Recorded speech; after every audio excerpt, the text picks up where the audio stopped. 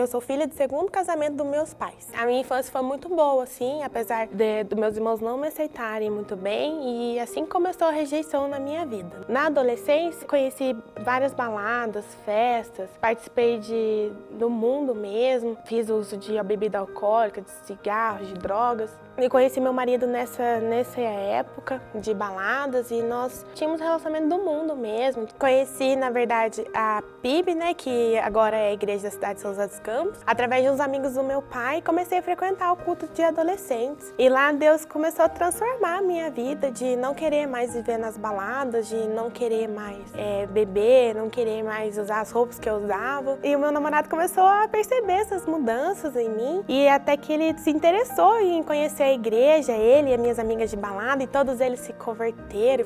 Já foi um grande milagre a conversão dele. E Deus confirmou realmente que ele era o meu marido, que ele era o homem para minha vida. Deus mudou o nosso relacionamento mesmo, mudou a nossa vida do água pro vinho mesmo. E eu com meu marido começou a viver um relacionamento com Cristo mesmo. Quando a gente foi casar, foi tão perfeito assim que Deus deu um casamento dos sonhos, do jeito que a gente sonhou. Após 1 ano casados, aí a gente veio a notícia que a gente estava grávidos, né? Aí foi uma alegria também, nossa, receber um filho, né? Filhos são herança do Senhor. Aí na minha gravidez tudo tranquilo, não tive nada, não tive nenhuma complicação na gravidez. Quando chegou às 33 semanas, que dá mais ou menos uns 7 meses e meio, eu peguei uma infecção bacteriana. Na verdade é um caso muito raro, 1 em cada 1000 grávidas pega essa infecção. E nessa infecção chegou a furar a minha bolsa, né? Então vazava líquido amniótico aos poucos, através da urina. E o Daniel já estava na minha barriga muito tempo sem líquido, sem respirar, e eu não sabia. Até que eu passei mal, fui pro hospital, cheguei lá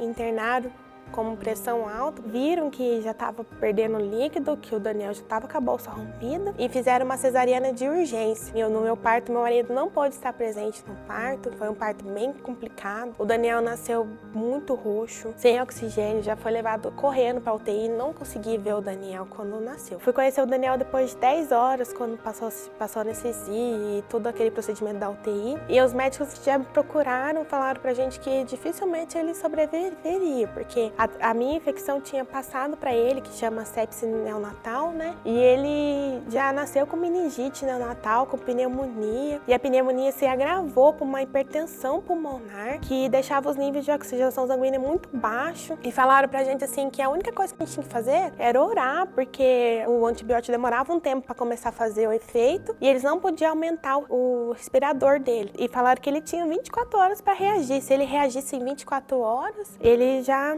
poderia ter uma expectativa maior de vida. Eu peguei e pedi para médico para entrar com uma Bíblia na UTI e comecei a ler todo o livro de Daniel para ele, todo o tempo assim orando, profetizando e falando para ele que ele tinha que ser forte, né? E pedindo para Deus mesmo, para Deus curar meu filho, tirar meu filho dali. E meu marido lá de fora da UTI fazia o mesmo. E a gente virou a noite inteira em oração mesmo, madrugada inteira orando lá. E quando veio de manhã, as médicas sentaram com a gente e falaram assim: olha, realmente o que aconteceu com o seu filho foi um milagre.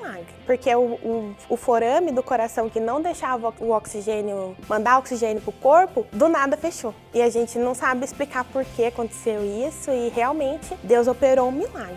Depois disso, assim, o Daniel começou a melhorar dia após dia, assim. De manhã, ele vinha com uma doença e falava assim: olha, seu filho tá com um sopro no coração. Aí a gente orava, persistia, passava, assim, um tempo, assim, e já não tinha mais. Ele teve vários diagnósticos médicos, teve convulsão, precisou fazer 4 transfusões de sangue, teve hemorragia cerebral, teve infecção no fígado. E a gente, de manhã, eles falavam essas notícias, né? A gente orava, colocava nas mãos do Senhor. E eu falava assim: eu não vou aceitar essas palavras dos médicos, vou aceitar a palavra dos médicos, né? De Jesus, que é o nosso Jeová Rafá mesmo, é o Deus que cura, né? E a gente persistia mesmo, né, na oração. E Deus curava mesmo, e Deus começou a agir de uma forma tremenda aqui naquele lugar, que todos conheciam o Daniel, todos conheciam a nossa história. E ao mesmo tempo, a gente fazia a nossa parte lá naquele lugar. O tempo todo a gente orava pelos outros nenéns, a gente conheceu outras mães, a gente dava palavra de conforto, de apoio, a gente falava de Deus para as enfermeiras, para